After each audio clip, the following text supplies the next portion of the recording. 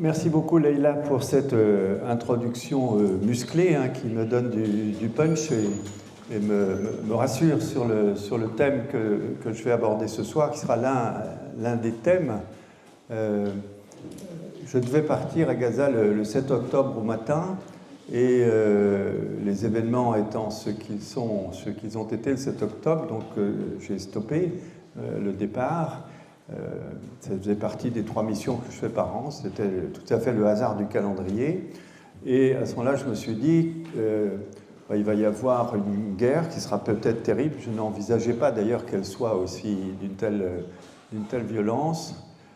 Et qui va se passer après, il y aura forcément des négociations. Et quand j'ai vu immédiatement la déferlante politique et médiatique sur le combat Israël-Hamas, Israël-Hamas, etc., je me suis dit, on va raconter tout et n'importe quoi sur le Hamas. Et ça vaut peut-être le coup d'en parler avec des éléments solides, indiscutables. Ils sont tellement solides et indiscutables d'ailleurs qu'on n'a encore jamais traîné devant les tribunaux. Et même avec la circulaire du Pont-Moretti qui est sortie à ce moment-là, notre ministre de l'Intérieur, de la Justice, pardon, le lapsus est significatif, prescrivant aux procureurs des différents tribunaux en France de lancer des poursuites contre ceux qui feraient publiquement l'éloge du Hamas ou des propos positifs sur le Hamas et le djihad islamique. Vous savez que c'est écrit dans le texte. Quand j'ai eu l'occasion de lire ce texte à des amis anglais, de le traduire, ils étaient stupéfaits d'un tel texte. Voilà. Donc j'ai commencé mon petit tour en me disant peut-être que demain j'aurai la police à la maison, mais ça fait quand même bientôt 30 ou 40 conférences, la police n'est toujours pas à la maison, et puis le droit a pointé son nez enfin, et aujourd'hui il y a un mouvement, y compris du côté d'Israël, qui considère qu'il faut négocier avec le Hamas. Voilà.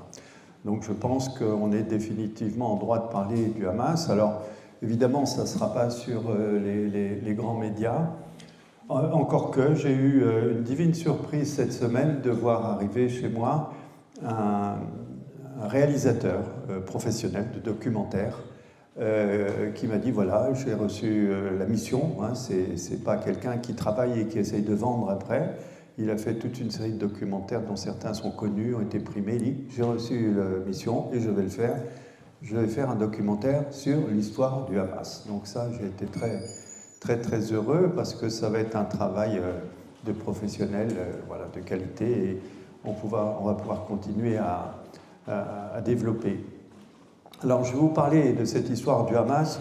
Auparavant, puisqu'il y a souvent des questions, je vais vous parler un petit peu de mon séjour, de notre séjour. C'était fin mars et début avril. À Gaza, l'histoire du Hamas, et puis ça va déboucher sur l'actualité la plus intéressante, qui est celle justement de ces processus qui sont en route, vous le savez bien, à la Cour internationale de justice et à la Cour pénale internationale. Je sais que vous êtes très au courant, vous suivez ça beaucoup. Pour les arabisants, vous avez la chance de pouvoir écouter Al Jazeera, qui est quand même l'information numéro 1, aussi bien dans le temps, parce que les informations sont rapides, que dans la qualité.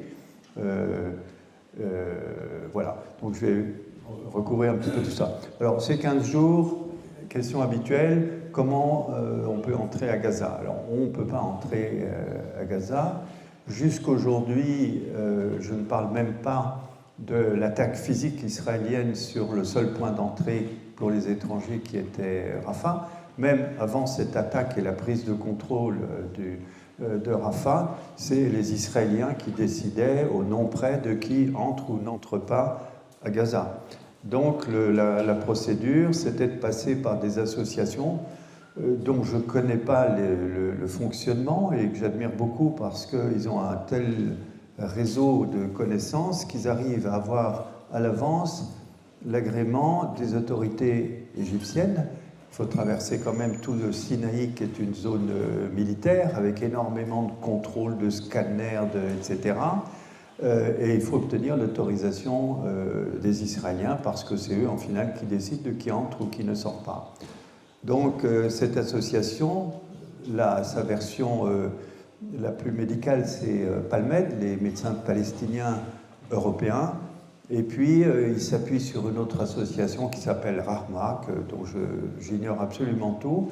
Mais ils ont en tout cas prouvé l'efficacité de leur capacité à faire entrer des équipes avec des praticiens utiles et avec le matériel qu'il faut. Parce qu'évidemment, la question quand on va là-bas, c'est si je n'ai rien, qu'est-ce que je ne serai pas très utile.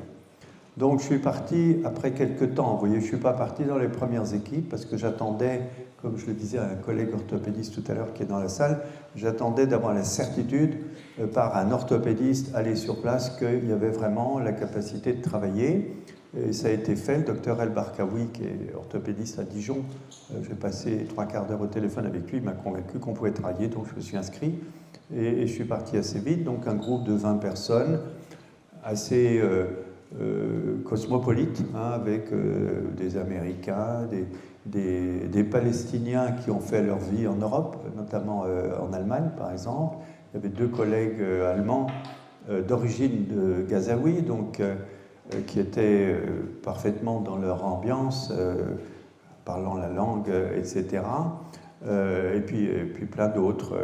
Bon, pour écrire un bouquin sur ce groupe de 20 personnes qui ne se sont jamais vues, qui se retrouvent embarquées dans une affaire comme ça, c'est un côté assez sympathique. Parfois aussi, ça a un petit côté, je dirais, le déferlement humanitaire, beaucoup de selfies, toutes les choses que je déteste, et surtout face à des patients, des blessés, etc. Moi, je refuse absolument. Mais bon, il y a les règles de la communication, et il faut reconnaître que la communication qu'ils ont fait quand ils étaient là-bas a été vue, et j'ai été assez étonné qu'une équipe qui m'avait précédé de 15 jours, parce que c'est des groupes de 15 jours, soit reçue successivement à l'Assemblée nationale, au Sénat, à l'Europe même, à Bruxelles. Je crois que c'est effectivement important, mais en même temps je trouve ça triste parce que ça veut dire que quand on a besoin de savoir ce qui se passe là-bas, au lieu de prendre tout simplement son téléphone et d'interroger des gens qui sont sur place, qui sont les Palestiniens, qui sont les mieux placés, ceux qui font les urgences, c'est ceux qui opèrent 99,9% des patients, c'est eux qui savent exprimer leurs besoins, et on a absolument besoin que quelqu'un de l'extérieur arrive. Moi, honnêtement, j'ai passé 15 jours, j'habitais dans un endroit que j'ai vu là, d'ailleurs, qui est dans l'école d'infirmières, vous savez, ça ressemble au bâtiment des écoles de l'UNRWA, à l'intérieur de l'hôpital. J'ai passé 15 jours à faire 150 mètres entre j'allais dire mon lit, on n'avait même pas de lit, c'était des matelas par terre alignés les uns sur les autres, et le bloc opératoire, vous voyez. Et quand vous êtes au fond d'un bloc opératoire, vous entendez à peine les bombardements, et surtout, vous êtes concentré sur ce que vous faites, vous n'êtes absolument pas au courant de ce qui se passe autour. Voilà. Donc j'étais un très très mauvais témoin. Mais il faut reconnaître quand même que ceux qui reviennent et qui vont dans les médias, qui sont reçus par les groupes de députés, etc., ça participe à la sensibilisation, et donc, chapeau, hein, c'est bien que ça soit fait, mais ce n'est pas notre truc. Et je vous en dirai un petit mot à la fin, d'ailleurs, c'est quand je suis revenu, la cellule communication de PALMED m'a dit « Vous avez rendez-vous à l'Élysée mardi à 15h30 ». Voilà. Alors, à l'Élysée, ce n'était pas le président, mais je dirais que c'était plus intéressant, presque.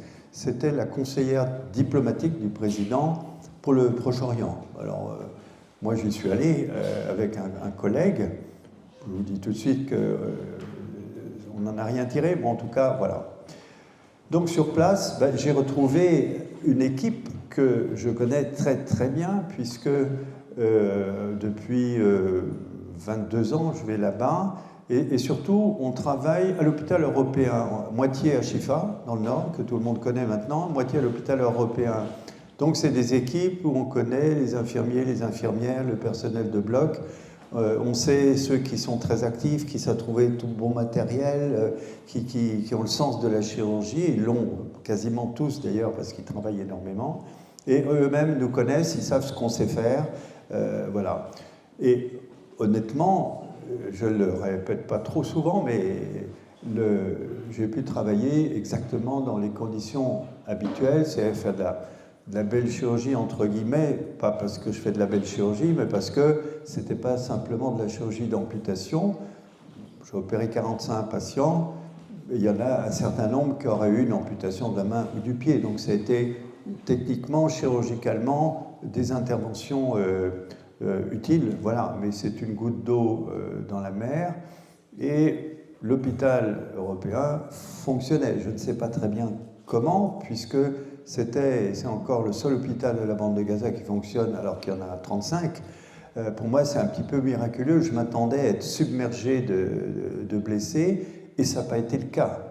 Et je dirais même, en critiquant, vous savez, ceux qui me connaissent savent que je suis la dent dure, je critiquerais même ces hôpitaux de campagne qui se sont installés à gauche, à droite, parce que, premièrement, il y a encore un hôpital où on a tout le plateau technique, y compris l'échographie, le scanner, les radiographies, un petit peu de labo, alors que dans les hôpitaux de campagne, il y a un chirurgien, un peu de matériel, et c'est beaucoup plus fragile en termes d'alimentation en matériel.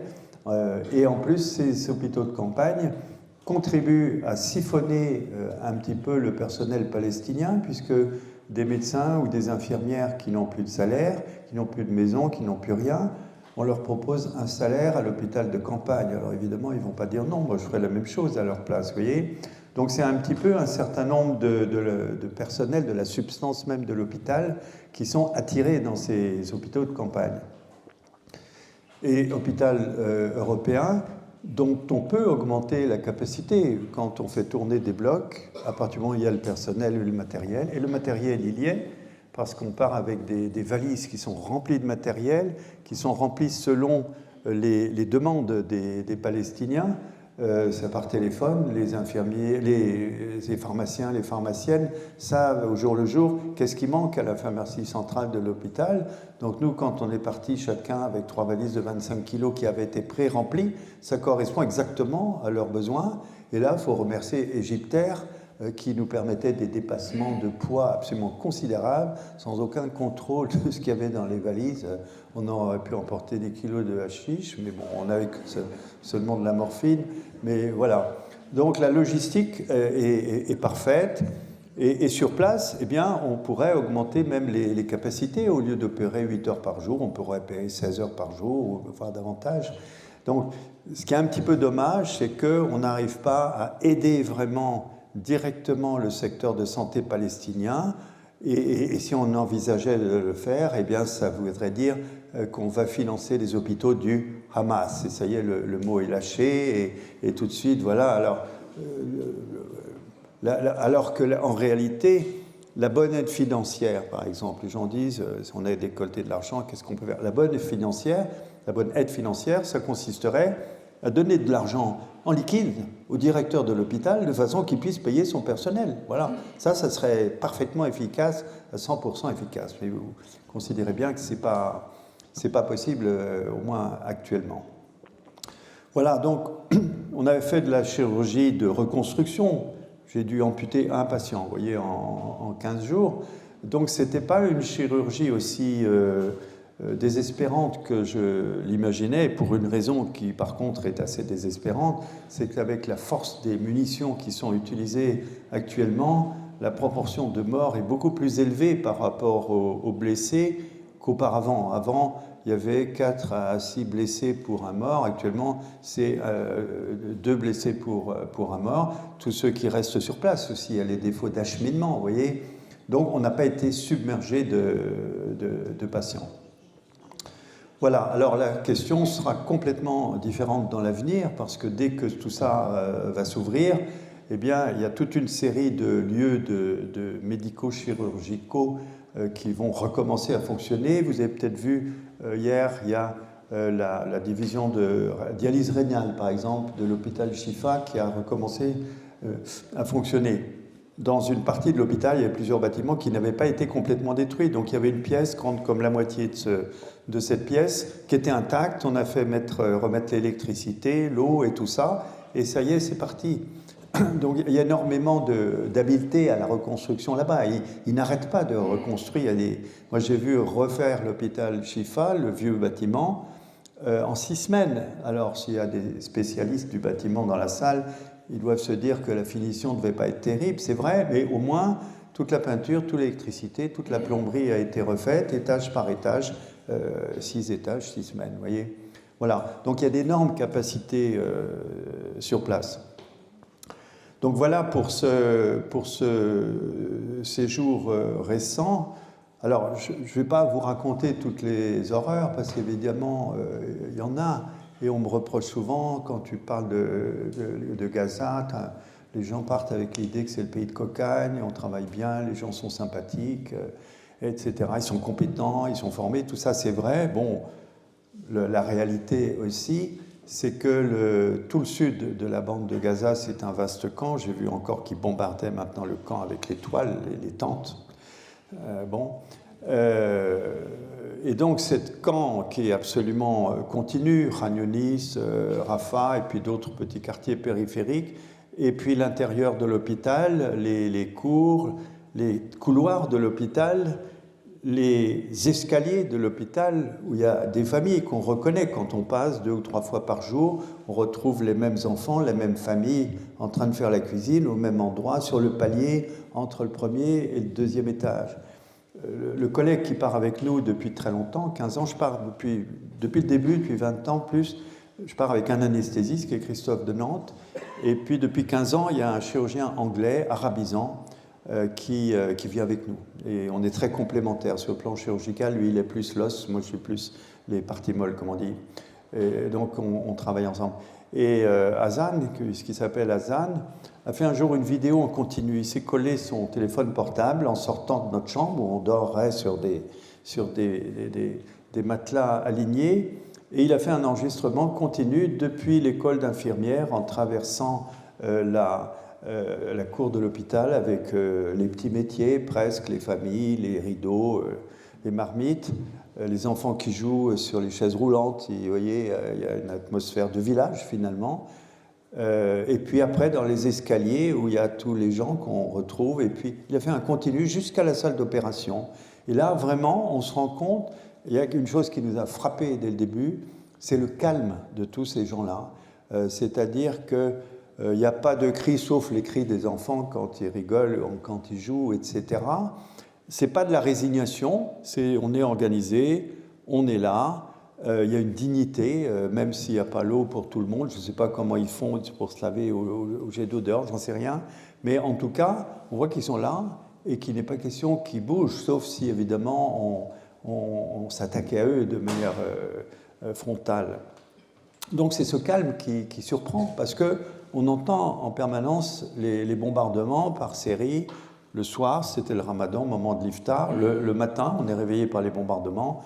Un jour, je me suis dit, je compte jusqu'à 30 avant de sortir de mon lit, et à la 30e bombe, je sors. 10 minutes après, je me suis levé. Ça vous donne l'idée de l'intensité des bombardements. Eh bien, la population dans l'hôpital ne réagit absolument pas à ces bombardements. Quand il y a des avions qui passent, mais la plupart des bombes ne sont pas envoyées par des avions qu'on entend. Vous voyez, ça vient, je ne sais pas comment ils les envoient, si c'est des drones ou des chars, j'en sais rien, ça vient de loin. Mais en tout cas, pas de mouvement de panique, pas de clash. Vous voyez, c'est ça qui est le plus frappant. Voilà. Alors, il y a régulièrement, tout à l'heure, il y a une jeune femme radiologue qui est venue me voir. On veut aller là-bas. Premièrement, il faut être dans une spécialité qui corresponde aux besoins. Et les radiologues, ils travaillent beaucoup, parce que tous les blessés potentiels thoraciques ou abdominaux, on commence par faire une échographie pour voir s'il y a du liquide dans le thorax ou dans l'abdomen. S'il y a du liquide, à ce moment-là, on fait un scanner et après, on va au bloc opératoire et à ce moment-là, on ouvre en étant sûr de faire quelque chose d'utile. Vous voyez, quand je dis on ouvre, c'est les chirurgiens viscéralistes qui font ça. Il y a des chirurgiens thoraciques palestiniens et puis ils sont aidés aussi par un certain nombre de visiteurs. Voilà. Donc radiologie, très bien. Chirurgie, très bien. Il y a un manque, et si Palmette faisait un projet d'hôpital de campagne, je pense que ce qui serait très bon, plutôt que de faire un hôpital avec avec toute la chirurgie, la médecine et tout le matériel que cela suppose, les blocs opératoires, l'anesthésie, tout ça, c'est énorme, une énorme construction à faire. Je pense que ce dont ils ont besoin là-bas, c'est plutôt d'un hôpital de soins de suite. C'est-à-dire que vous imaginez cet hôpital qui est overcrowded, où il y a un monde fou, il est encombré aussi par les blessés, parce que les blessés, quand vous avez une fracture de fémur bilatérale, des délabrements de l'épaule, du coude, etc., vous avez l'intervention d'urgence, l'hospitalisation, toute la chirurgie secondaire. Vous voyez, c'est des patients parfois qui, sur 6 mois, vont être opérés 3 fois avec un programme de 3 interventions successives. On guérit l'infection, on assure la consolidation osseuse, et puis après, on répare les nerfs et les tendons. Vous voyez, il y a toute une hiérarchie, une chronologie plutôt dans l'ordre des opérations à faire. Et donc, ce dont ils ont un besoin absolument aigu, c'est d'un hôpital de soins de suite. Quand vous avez des personnes très délabrées, il y en a beaucoup, ils ne peuvent même pas manger, donc il faut les aider. Il y a les familles, mais bon, il n'y a pas que ça. On peut utiliser aussi les familles, et ils le font beaucoup, pour des gestes de rééducation simples, pour mettre des patients debout. Il y a besoin de nutritionnistes. Vous avez en particulier des enfants qui ont des gros délabrements, qui vont mettre des mois à cicatriser, qui ont des brûlures étendues. Ils ont besoin d'une alimentation hypercalorique. On passe un tube parce qu'il y en a qui sont incapables de manger les 5000 calories dont ils ont besoin. Donc il y a besoin de nutritionnistes, il y a besoin de pédiatres, il y a besoin d'infectiologues pour toutes les maladies infectieuses qui prolifèrent et dont la comptabilité est faite très précisément par le ministère de la Santé, par l'UNRWA, et tout ça c'est reporté à l'Organisation mondiale de la santé qui a des idées très très précises sur toutes les pathologies qui se développent en ce moment. Mais ça, il faut rendre un hommage aux organismes internationaux qui continuent à fonctionner. Il y en a même d'ailleurs qui ont été tués récemment, du personnel de l'ONU, qui continuent à fonctionner et qui continuent à alimenter l'Organisation mondiale de la santé, l'UNICEF, toute une série de structures internationales en information. Vous voyez. Et en ce qui concerne le ministère de la Santé, il continue à publier tous les jours le nombre de morts et de blessés qui sont arrivés dans les hôpitaux. Et ils le disent bien, ça veut dire que les chiffres qu'ils annoncent sont en réalité très inférieurs à la réalité, mais ils ont l'honnêteté justement, et c'est là où ça fait mal quand on écoute encore jusqu'aujourd'hui certains médias parler des chiffres selon le Hamas que nous n'avons pas pu vérifier, etc. Tout ça est vraiment d'une arrogance. Bon, je passe. Donc voilà pour ce séjour. Donc, en ce moment, c'est très limité, mais dès que ça s'ouvrira, dès que la reconstruction de tous les hôpitaux refonctionnera, il y aura besoin de cohortes, pas seulement de médecins, d'infirmières, mais aussi d'électriciens, de plombiers, que sais-je. C'est toute une reconstruction qui sera à faire et qui, à mon avis, sera plus rapide qu'on ne se l'imagine. Parce que vous voyez, dans ces images terribles, notamment celles qu'on voit ici, elles sont toujours centrées sur les décombres. Et il ne faut pas nier qu'il y a des quartiers entiers qui ont été complètement rasés. Mais ce qu'il faut regarder, c'est ce qu'il y a autour. Vous voyez, il y a encore un certain nombre de bâtiments qui sont réhabilitables. Et donc, je suis convaincu parce que c'est une population dans son ensemble qui a été entraînée à la reconstruction. Vous voyez, ça fait des dizaines d'années qu'ils reconstruisent. Quand vous avez un immeuble qui est écrasé sous les bombes, il y a 80% des matériaux qui sont récupérables. Ce sont les champions du recyclage, les Gazaouis. On pourrait faire une conférence internationale sur l'autosubsistance, le recyclage intelligent, les économies d'énergie, les énergies nouvelles. Tout peut être... il y a une expérience pratique dans tous ces domaines sur place. Une société vraiment très hautement éduquée qui s'adapte en permanence. C'est le côté positif, si vous voulez. Certains m'ont parlé d'ailleurs du côté positif du siège.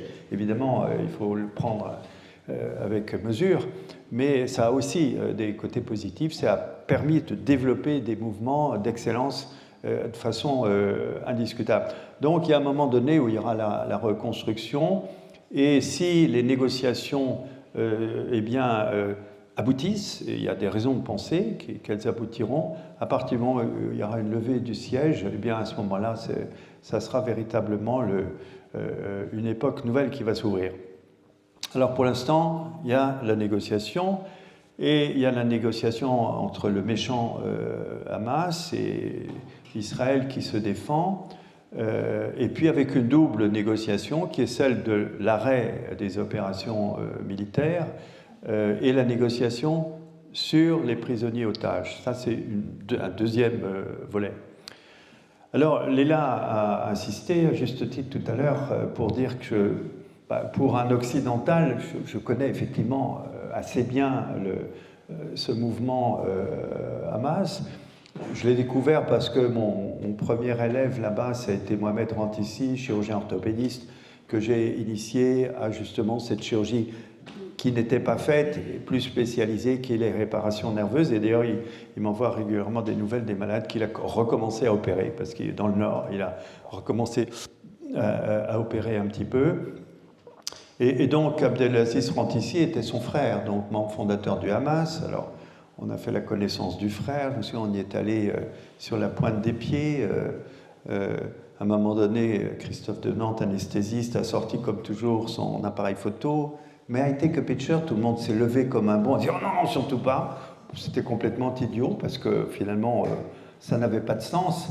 Et puis donc, j'ai appris à connaître. Et disons que j'ai été d'autant plus séduit de pouvoir parler de façon très ouverte que ces personnages que je rencontrais, parce que certains sont des vrais personnages, eh bien, se sont manifestés ouverts à l'inquisition, à l'introduction d'un élément étranger. Et donc, c'est une confiance réciproque qui s'est installée et qui m'a permis, après avoir fait une biographie, celle de Mohamed Rantissi, pour avoir une espèce de... Je me suis dit, je ne vais pas faire l'histoire de la Palestine, je vais faire l'histoire d'un Palestinien déjà. Et c'est une histoire intéressante, et le bouquin est épuisé depuis longtemps. Après, je me suis dit, je vais m'ancrer un petit peu dans l'histoire, parce que la bande de Gaza, c'est quoi, un bande de sable? J'ai appris très récemment, et j'en ai honte d'ailleurs, que le terme bande de Gaza, d'ailleurs, était un terme israélien.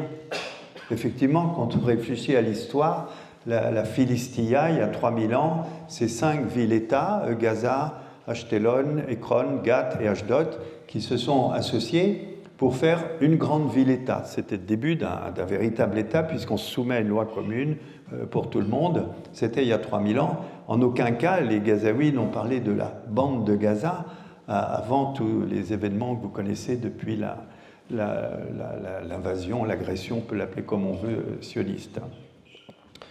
Et donc, cette histoire de la bande de Gaza, je suis tombé sur un bouquin qui la racontait très bien et qui, à mon avis, aujourd'hui, le meilleur livre sur l'histoire de la bande de Gaza.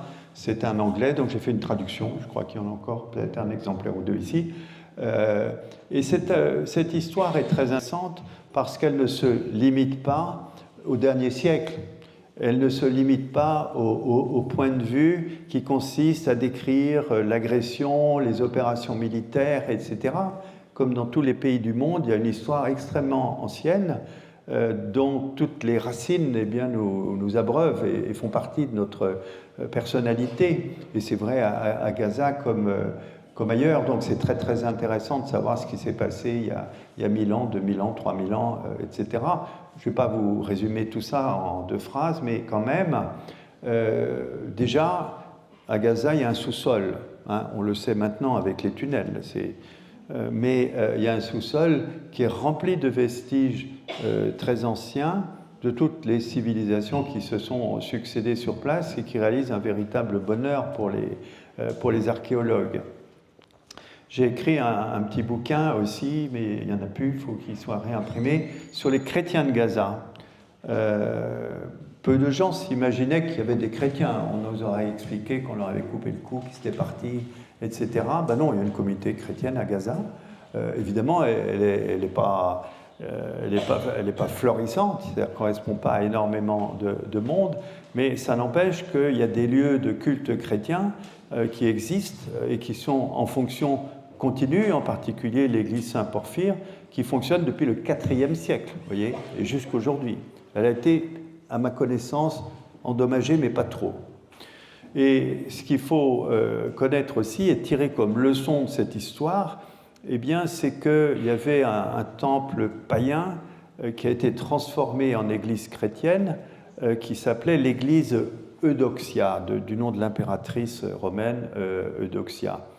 Et quand l'islam est arrivé, ben, vous êtes des gens cultivés, vous savez que le calife Omar a demandé, le deuxième calife, le respect des religions préexistantes.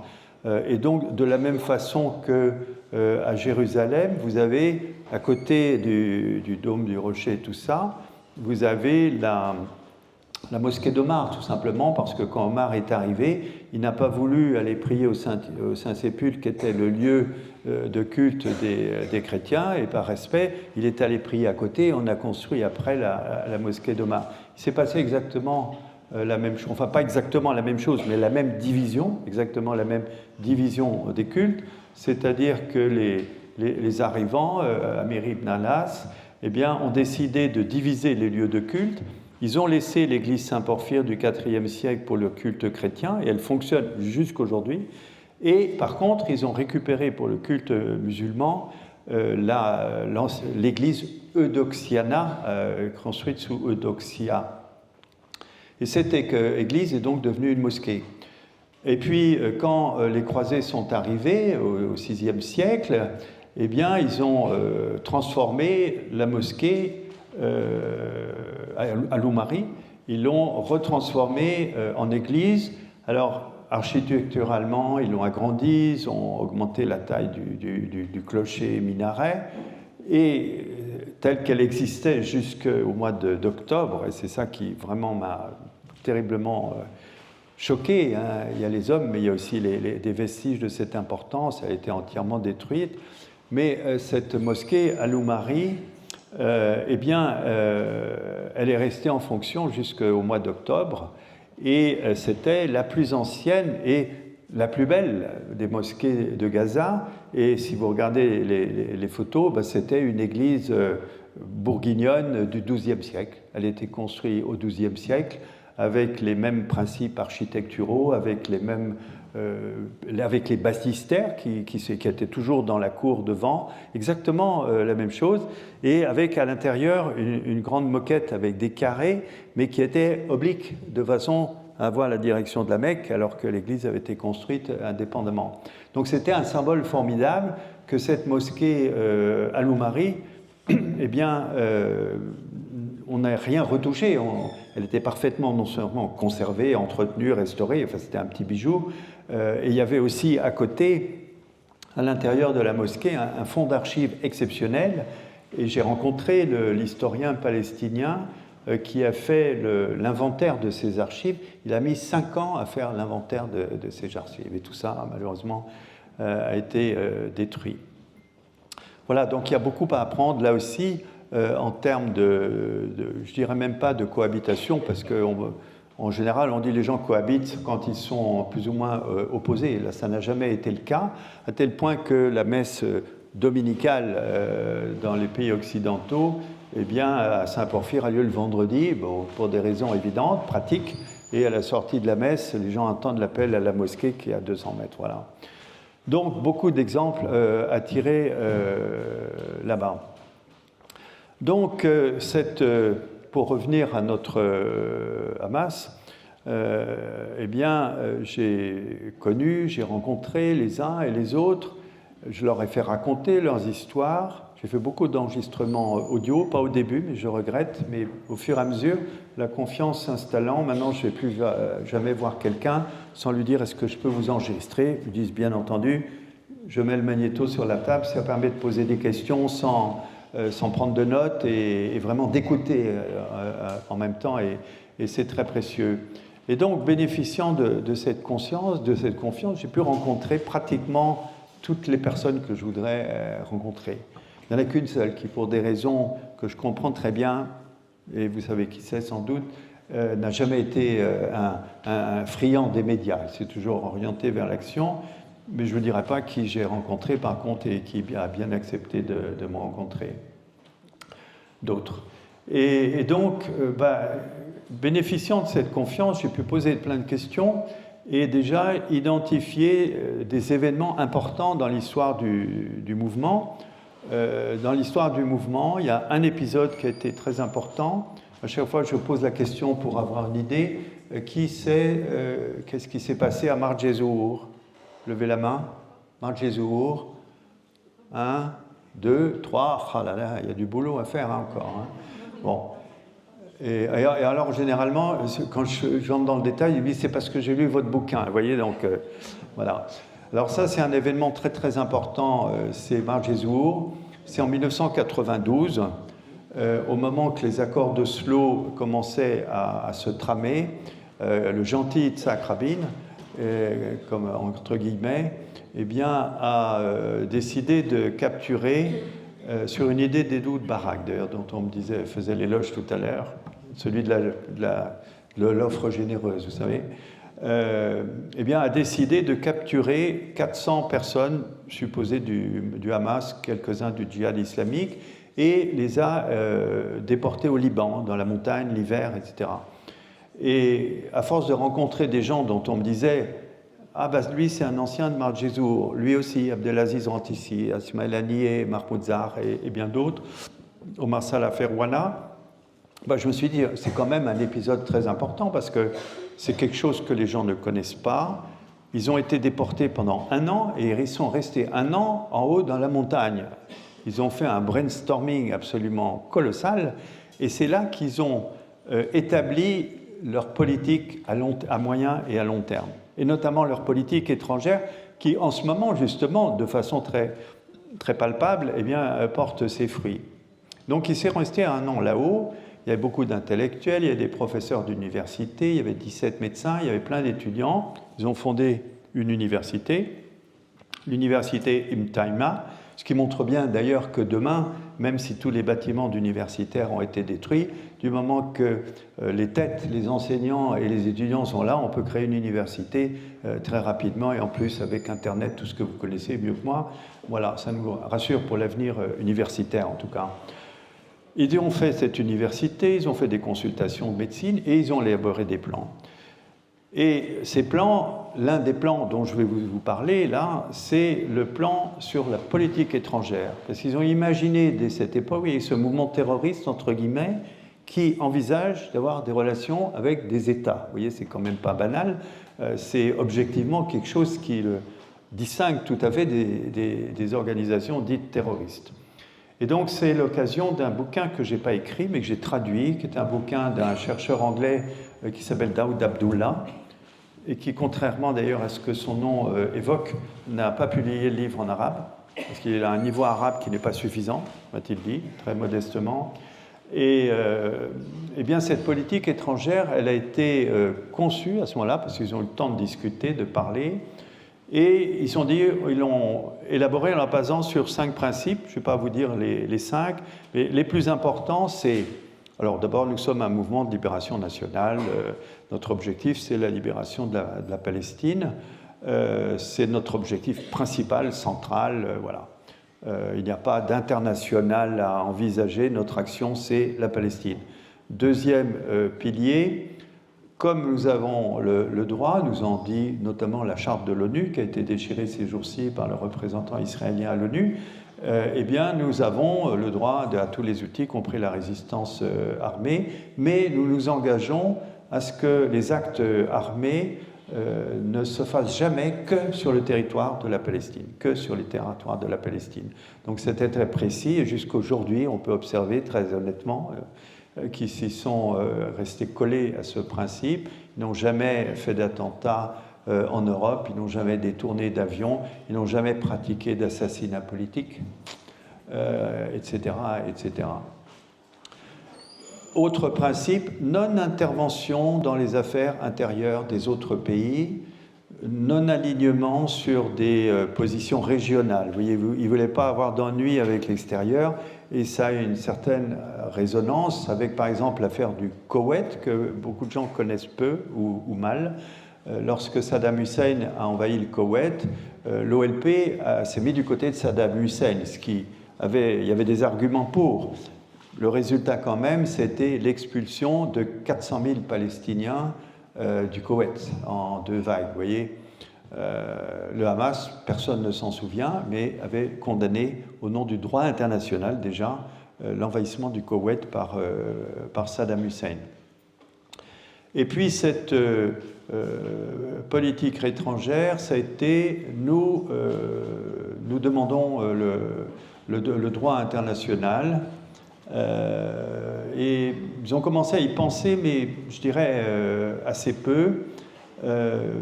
Ils étaient motivés surtout pour trouver un lieu extérieur à la Palestine qui les abriterait en sécurité. Et ils l'ont trouvé avec un certain nombre de pays. C'est bien décrit dans le livre de Daoud Abdullah, le Hamas a été accueilli avec plus ou moins de chaleur en fonction des pays. Là où ça a été le plus douloureux, eh bien, c'est en Syrie, parce qu'ils ont été accueillis pendant longtemps en Syrie. Et ne pas intervenir dans les affaires intérieures des États. Moi, j'ai eu le récit de sur place qu'on me racontait. J'ai d'ailleurs dans un autre livre qui vient de paraître, qui est excellent, qui est celui de Jacques Beau, un livre très épais, mais qui est parfaitement documenté, qui est magnifique. Eh bien, moi, j'avais eu l'écho intérieur, c'est-à-dire que Bachar el-Assad demande à Khaled Meshal de venir le voir. Khaled Meshal, c'était le personnage numéro 2 de Damas. Il avait une importance extraordinaire. Et en lui demandant qu'est-ce que tu me conseilles au moment des soulèvements arabes, Khaled Meshal, m'a-t-on dit, et c'est rapporté aussi par Jacques Beau, moi c'était Ismaël Eneye qui me l'avait raconté, Khaled Meshal dit, je te conseille de lâcher du lest, faire des réformes, manifester vraiment ta bonne volonté pour démocratiser le pays. Bachar a dit ok, et puis il ne l'a pas fait. 6 mois après, il a convoqué Khaled Meshal, il lui a dit, t'es avec moi ou t'es contre moi. Et donc, ils ont décidé de quitter. Et ça a été une catastrophe parce que c'était un pays qui les soutenait. Il y avait ce fameux camp de réfugiés de Yarmouk qui s'est terminé dans un bain de sang, etc., etc. Voilà. Donc, ça veut dire quoi? Ça veut dire que quand on a des piliers de politique étrangère avec des règles, il y a des moments où on est aussi parfois mis devant des choix impossibles. Et ça a vraiment été le cas avec la Syrie. Voilà, donc développer des relations avec les États, eh bien, dès ces années-là, très anciennes, le Hamas a développé des relations avec des pays comme l'Afrique du Sud. Alors, évidemment, ça apparaît clair qu'il devait s'orienter vers l'Afrique du Sud, un pays qui avait subi l'apartheid, qui avait réussi, grâce à un mouvement de libération nationale, l'ANC, classé sur la liste des organisations terroristes. Bien entendu, ils ont été très bien accueillis. Il faut dire aussi que l'Afrique du Sud avait déjà accueilli sur son sol un bureau de l'OLP. Ils ne voyaient pas pourquoi ils n'auraient pas un bureau de l'OLP et un bureau du Hamas. Ils ont développé des relations avec la Russie aussi. Et d'ailleurs, après le 7 octobre, au bout de quelques jours, Bassem Naïm, avec une délégation, est allé à Moscou. Ils ont développé des relations avec la Chine aussi. La Chine, elle se souvient de la guerre de l'opium, de tout ça. Il en reste toujours quelque chose, vous voyez, et la Chine a eu toujours une position très conciliante, et en tout cas n'a jamais qualifié le Hamas comme la Russie n'a jamais qualifié le Hamas d'organisation terroriste. Et d'ailleurs, au cours des interventions des États, au cours à la Cour européenne de justice dont vous avez entendu récemment, il y a une participation de la Chine qui est une véritable leçon de droit international. Ça fait 5 minutes sur YouTube, ça fait une page, et le ministre des Affaires étrangères chinois décrit de A à Z toutes les références internationales, et notamment la Charte de l'ONU, mais beaucoup d'autres, beaucoup d'accords internationaux qui stipulent qu'un mouvement de libération nationale a droit à la résistance armée, même si c'est dommage, ça fait partie des droits fondamentaux. Donc vous voyez que toutes ces relations développées il y a déjà très longtemps, il y a des décennies, eh bien, ont porté leurs fruits ces derniers temps avec une résolution du Conseil de sécurité après le 7 octobre qui condamnait le Hamas d'une façon catastrophique et qui aurait abouti à ce que le Hamas soit sur la liste des organisations terroristes de l'ONU, là où il n'a jamais été. Le Fatah, le FPLP n'ont jamais été non plus sur la liste des organisations terroristes de l'ONU. Si le Hamas s'était trouvé placé là, ça aurait eu des conséquences diplomatiques, économiques et politiques catastrophiques. Heureusement, cette résolution n'est pas passée. Grâce à quoi? Grâce au veto de la Russie et de la Chine. Donc vous voyez que ce petit mouvement a eu l'intelligence, il y a déjà des dizaines d'années, de dire c'est là qu'il faut aller, c'est les portes où il faut aller frapper. Et pourtant, on peut dire sur le plan idéologique, religieux, ils n'ont pas grand-chose de commun ni avec la Russie ni avec la Chine, mais ils ont été accueillis pour ce qu'ils sont, c'est-à-dire avant tout un mouvement de libération nationale. Donc ça, c'est ce travail à long terme. Et là, je ne peux pas m'empêcher, évidemment, de citer le personnage sur lequel je suis en train de travailler et qui me tient beaucoup à cœur, avec un livre qui est bientôt terminé, après avoir parlé de Marjezour, après avoir parlé de l'échange de prisonniers sur lesquels il faudra dire un mot, après avoir parlé de différents thèmes, des chrétiens de Gaza, du droit, je me suis dit qu'il faut faire un grand retour en arrière et revenir un petit peu au Big Bang. Le Big Bang, c'est le début. Le début de ce mouvement, c'est quand même un personnage que j'ai croisé, d'ailleurs tout à fait par hasard à l'entrée de l'hôpital Shifa, qui est le Cheikh Yassine. Et un personnage qui n'est pas du tout décrit dans la littérature, même celle qu'on qualifie de littérature honorable, que l'on peut lire aujourd'hui. Si par exemple il y a Henri Laurence du Collège de France, qui est un historien du Proche-Orient hyper connu et respecté, il a fait une œuvre monumentale en 5 volumes sur la question de Palestine, ce qu'il appelle la question de Palestine. Et sur les volumes qui sont consacrés à la période où le Cheikh Yassine a été en activité, en vraie activité, sur le premier volume, Arafat est cité 200 ou 300 fois, et le Cheikh Yassine 2 fois. Voyez. Et sur le volume suivant, qui va jusqu'à la mort du Cheikh Yassine, il est cité une vingtaine de fois, et Arafat, pareil, 200 ou 300 fois. C'est-à-dire qu'on voit que le prisme à travers lequel même les meilleurs historiens occidentaux racontent cette histoire est un prisme qui est biaisé, pas simplement pour détruire, par ignorance tout simplement. Vous voyez. Et là, je voudrais faire un parallèle avec une très longue interview qui a été faite ces jours-ci par des gens pour lesquels j'ai le plus grand respect. C'est Ronnie Broman, de Médecins sans frontières, et puis Alain Grèche. Ils ont été interviewés tous les deux. Et l'interview a duré 3h30 en continu. Et je me la suis tapée du début jusqu'à la fin.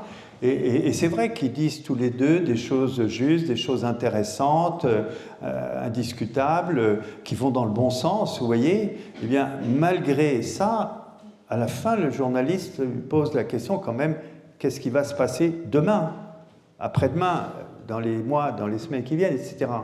Eh bien, ils ont été incapables de formuler la moindre hypothèse. Je ne sais pas si ceux qui ont vu cette émission sont d'accord avec moi, mais je me suis dit, il y a un énorme vide. Qu'est-ce qui se passe?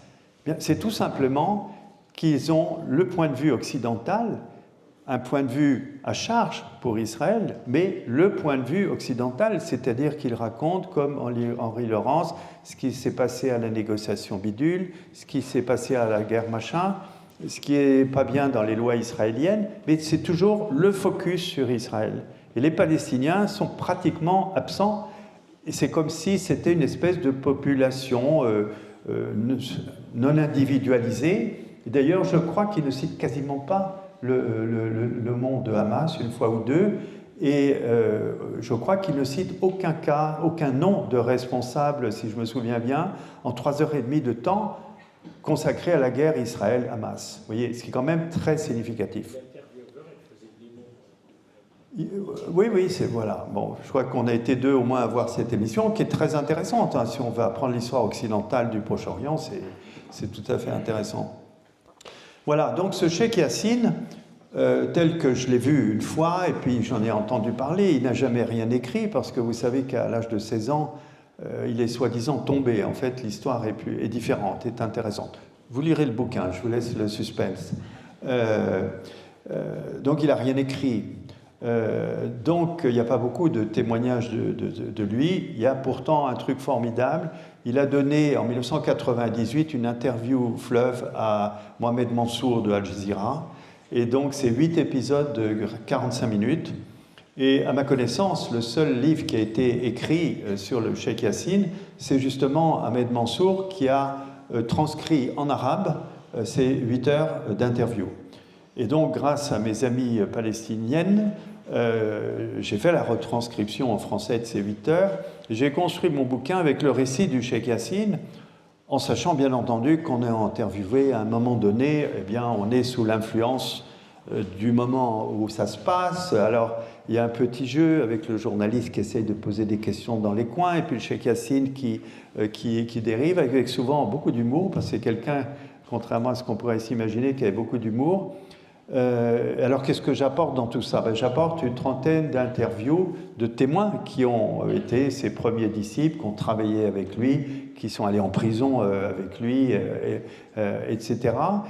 Et je me suis aperçu que finalement, ce n'était pas simplement une icône, une image, un petit bonhomme avec un voile sur la tête. C'est quelqu'un qui, malgré un niveau de formation faible, mais vraiment faible, aucune étude supérieure, eh bien, a réussi non seulement à créer un mouvement, mais à avoir les bonnes idées. Et il a eu très vite une série de disciples qui avaient 14 ans, 16 ans, 18 ans, 22 ans, et qui sont devenus les leaders de hier et les leaders d'aujourd'hui.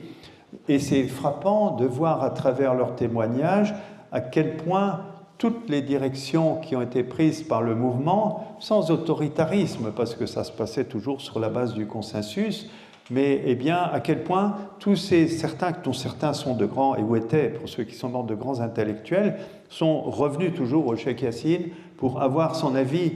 Et il y a un certain nombre de décisions qui ont été prises, qui semblent paradoxales, mais avec un certain humour, parce que vraiment, il avait la capacité de vous rouler dans la farine, de vous montrer vos propres contradictions. Et dans les relations entre le Cheikh Yassine et Arafat, j'ai aussi un certain nombre de témoignages qui montrent qu'il y avait un respect mutuel, ça c'est sûr, un certain humour, et donc on s'aperçoit finalement que ces deux personnages, dont l'un a été très médiatisé, à juste titre, parce que c'était un personnage très théâtral, et pas seulement, courageux aussi, enfin bon, très mauvais négociateur, grosse faute politique, bon je passe, mais ça n'empêche quelqu'un de très estimable. Eh bien à côté, il y a un personnage qu'on ne connaît absolument pas, et 20 ans après sa mort, son assassinat, 20 ans après, le mouvement qu'il a lancé, sur les lignes qu'ils ont définies ensemble, à la puissance que vous connaissez aujourd'hui, c'est-à-dire de tenir tête finalement à la force américaine, hein, en finale. Donc c'est fascinant à travers ce qu'il a dit, les vidéos qu'on a pu retranscrire, à quel point il avait une vision. Vous voyez, il y a eu un bouquin célèbre sur Arafat qui s'appelle Arafat l'irréductible, je crois. Bon, c'est une formule, pour moi, le Cheikh Yassine, c'était le visionnaire. Et vous serez frappé dans ce qu'il dit pour l'avenir, à tel point ça colle avec ce qui s'est passé depuis 20 ans qu'il a disparu, mais à un point absolument hallucinant. Pour parler de l'actualité brûlante, à un moment donné, 2 soldats israéliens sont capturés à la frontière du Liban. Il y a une tentative de négociation pour libérer des prisonniers, faire un échange, ça ne marche pas, les 2 soldats sont tués. Et à ce moment-là, dit le Cheikh Yassine, Israël a bloqué complètement la bande de Gaza, a arrêté 1500 dirigeants du Hamas, ou supposait-elle, et Israël pense avoir éradiqué le Hamas. Voilà. Donc ça, il a dit ça en 1998, concernant des événements qui s'étaient passés en 1987, au début de la première Intifada. Et finalement, c'est exactement ce qui s'est passé au cours des 6 derniers mois. Il a également des phrases tout à fait prémonitoires sur l'avenir, sur les relations avec l'autorité palestinienne. Et ce qu'il dit, c'est exactement ce qui s'est passé. Il le dit en 1998, en 2024, c'est complètement d'actualité. Et surtout sur l'avenir de la Palestine, sur les négociations qui sont aujourd'hui en cours, eh bien, ils avaient lancé dès cette époque une idée qui est restée constante, qui n'a pas été modifiée, dont aucun média occidental ne parle, qui est la proposition la plus raisonnable pour résoudre complètement le conflit israélo-palestinien. C'est la notion que la paix, on ne peut pas déjà gagner par la guerre. Il y a une différence incommensurable de puissance entre les deux armées. C'est pour ça qu'il était contre la résistance armée prônée par l'OLP, par le djihad islamique et le FPLP, en disant ça va nous attirer que des représailles, ça ne sert à rien. Bon, c'est pas d'un jugement de valeur, mais en tout cas c'est ce que disait le Cheikh Yassine à l'époque. Et lui, il disait ce que nous devons faire, c'est construire les générations, c'est-à-dire commencer par former des jeunes dans l'idée que votre avenir, c'est pas d'avoir des baskets faites à Hong Kong et d'écouter de la musique bidule, etc. On peut être d'accord ou ne pas être d'accord. Ça n'empêche que l'idée, c'était de retrouver les racines véritablement de la population locale. Parmi ces racines, il y a l'histoire, il y a la philosophie, il y a la religion aussi. Voilà. Donc c'était commencer. C'est pour ça que la cible, si vous voulez, du Cheikh Yassine, ça a toujours été les jeunes, garçons et filles. Ils avaient, je ne dirais pas table ouverte, parce que c'est quelqu'un de très pauvre, hein. Il ne nourrissait pas les foules, mais en tout cas, sa porte était ouverte pour recevoir, discuter, et toutes les générations qui voulaient discuter, d'étudiants, d'étudiantes, eh bien, pouvaient le faire. Il disait, on va construire comme ça les gens dans leur philosophie, leur manière de vivre, leurs valeurs. Et puis après, on verra pour la suite. Et il n'excluait pas du tout, comme certains chercheurs qui veulent absolument décrire des phénomènes qu'ils auraient eu la capacité d'analyser et que les autres n'ont pas eu, eh bien, il n'y a jamais eu de tournant à 180 degrés. Ils ont abandonné le piétisme pour entrer dans la résistance armée. Non, tout ça est très très ancien. Ça s'est fait de façon progressivement.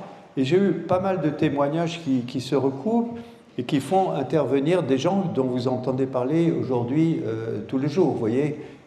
Donc c'est très très d'actualité.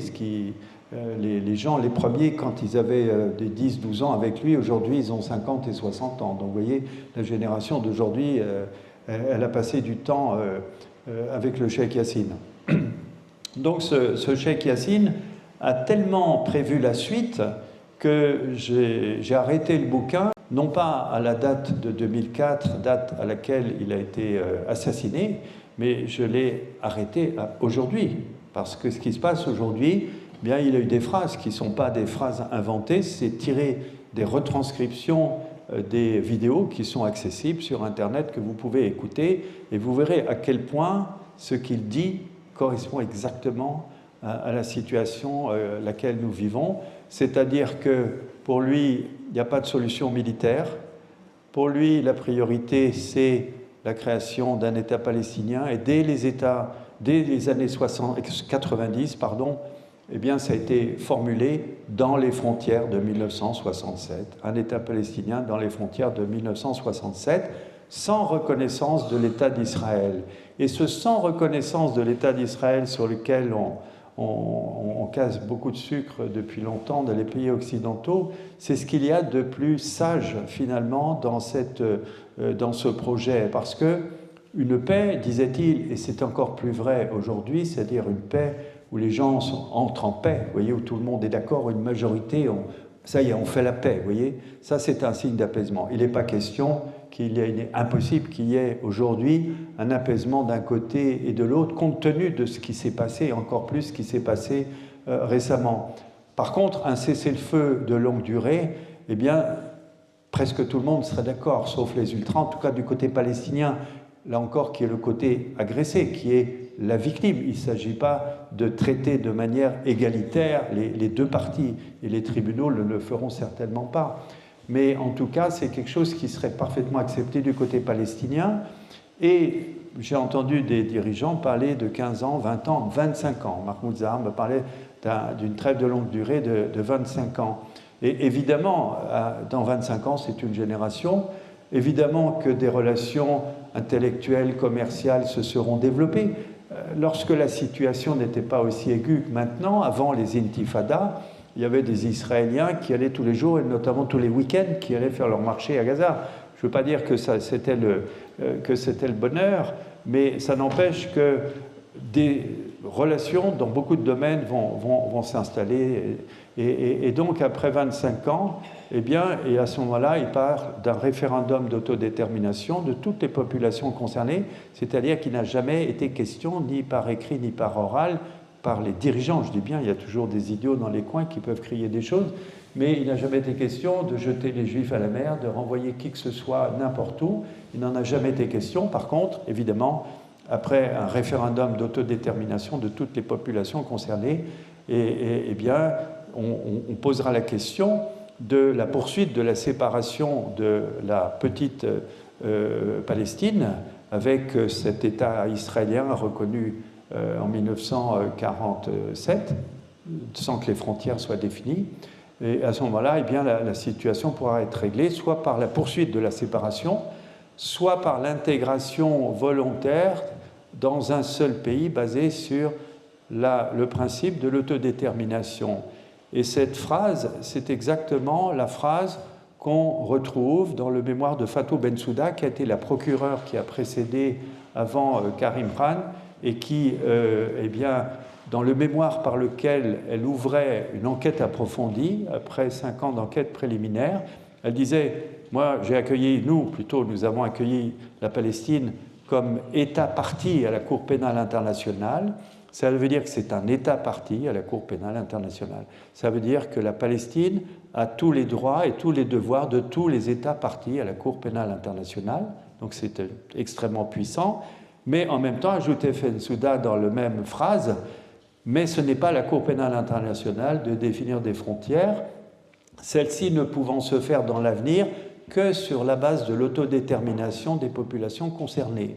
C'est-à-dire que, objectivement, la proposition politique du Hamas pour résoudre la guerre israélo-palestinienne, elle colle complètement avec l'avis de la procureure de la Cour pénale internationale il y a maintenant 3 ou 4 ans. Vous voyez. Donc c'est une grande injustice de continuer encore aujourd'hui de nous rabattre les oreilles d'un mouvement terroriste. D'abord, le mot terroriste n'existe pas dans le statut de la Cour pénale internationale, dans le statut de Rome. C'est un terme juridique trop flou. Il n'existe pas. Vous pouvez remarquer que dans la déclaration de Karim Khan, il n'y a pas de mot terroriste. Hein, il n'y est pas. Il n'y a que des crimes de guerre. Voilà. Et la Cour pénale internationale s'occupe des crimes de guerre. Et le Hamas, depuis des années, réclame eh bien, l'action de la Cour pénale internationale. Dans le petit livre bleu, là, il en reste quelques-uns. Je cite par exemple, en 2014, à la moitié de la guerre de l'été 2014, il y a une plainte qui a été déposée. Et à l'époque, c'était d'ailleurs la raison de la guerre, de l'agression israélienne en 2014, il y avait un gouvernement d'union nationale qui incluait des gens du Fatah et de différents groupes au gouvernement Hamas.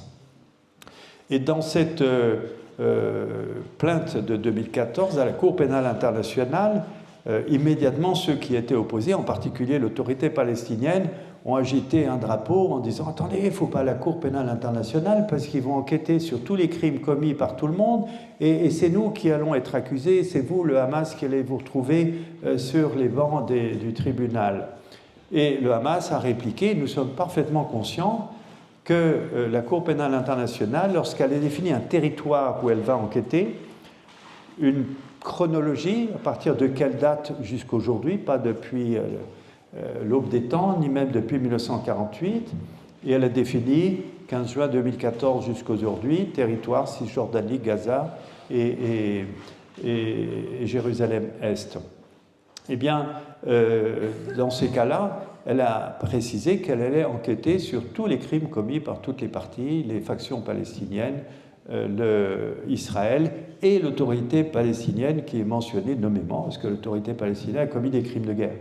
Et donc le Hamas, depuis le début, est tout à fait au courant, et dans la proclamation de 2014, pendant la guerre, eh bien, le porte-parole a dit « Et nous ne craignons pas la Cour pénale internationale, et nous sommes prêts à aller témoigner là-bas. Nous sommes un mouvement de libération et nous assumons tout. » Tout ça, c'est écrit, c'est publié, vous voyez, c'est 2014, vous voyez, ça fait 10 ans. Voilà. Et en plus d'avoir ces déclarations qui appuyaient une politique qui était déjà orientée depuis longtemps, ils sont passés à l'action puisqu'ils ont organisé une équipe entièrement palestinienne dont je raconte l'histoire ici, que personne ne connaît, qui est ça fait, je parle trop fort? Ça va? Ils ont créé une équipe entièrement palestinienne, qui est une équipe professionnelle de recueil de preuves, parce que vous savez que vous le savez par exemple à l'occasion des événements du 7 octobre, un tribunal il a besoin de preuves, des choses absolument indiscutables, vous voyez. Et donc l'exemple des marches du retour, vous avez quelqu'un qui tombe à la frontière, qui est tiré, vous avez un professionnel qui se précipite et qui va tout de suite prendre l'identité de la victime, relever l'identité des témoins, prendre les numéros de téléphone des témoins. Chaque témoin sera convoqué plus tard avec une interview long, un entretien de 30 minutes. Quel est votre témoignage? Montrez les photos si vous en avez, identité, pièce d'identité, téléphone, pour que vous puissiez être consulté pour contrôler que votre témoignage est bon. Le blessé est apporté à l'hôpital, même chose à l'arrivée aux urgences. Mêmes choses en salle d'opération, des prélèvements mis sous scellé, etc., pour essayer d'identifier le type d'arme. Vous voyez, on parle d'armes au phosphore, il faut avoir des prélèvements de tissu avec du phosphore, mis sous scellé, identifié, etc. Après un décès, une autopsie filmée de A à Z, etc. Donc vous voyez que le recueil de preuves pour une cour pénale, c'est capital si on va avoir des dossiers qui tiennent la route, et ça a été formé entièrement sous l'autorité du ministre de l'Intérieur, avec à la direction quelqu'un que connaît très bien, qui est le directeur des services de renseignement, qui s'appelle Mohamed Dababesh, et une équipe entièrement palestinienne de jeunes dynamiques, quasiment que des filles, d'ailleurs, je crois, oui, il y a un gars au milieu, voilà, très active, anglophone, formée et tout. Et donc cette équipe, personne ne sait dans les grands médias qu'elle existe. Et ce n'est pas une ONG, ce n'est pas quelque chose qui est dépendant de l'extérieur, ce ne sont pas des gens qui sont à Londres ou à New York, ce sont des gens qui sont sur le terrain. Et même en ce moment, dans des conditions extrêmement difficiles, ils ont continué leur travail de recueil de preuves malgré... Voilà. Et c'est comme ça que, concernant les marches du retour, il y a eu 3000 dossiers qui ont été déposés de plaintes individuelles à la Cour pénale, des plaintes de personnes, et donc qui ne peuvent pas être rayées d'un trait de plume, comme si le gouvernement tombait, décidait d'abandonner ses recours, c'est impossible.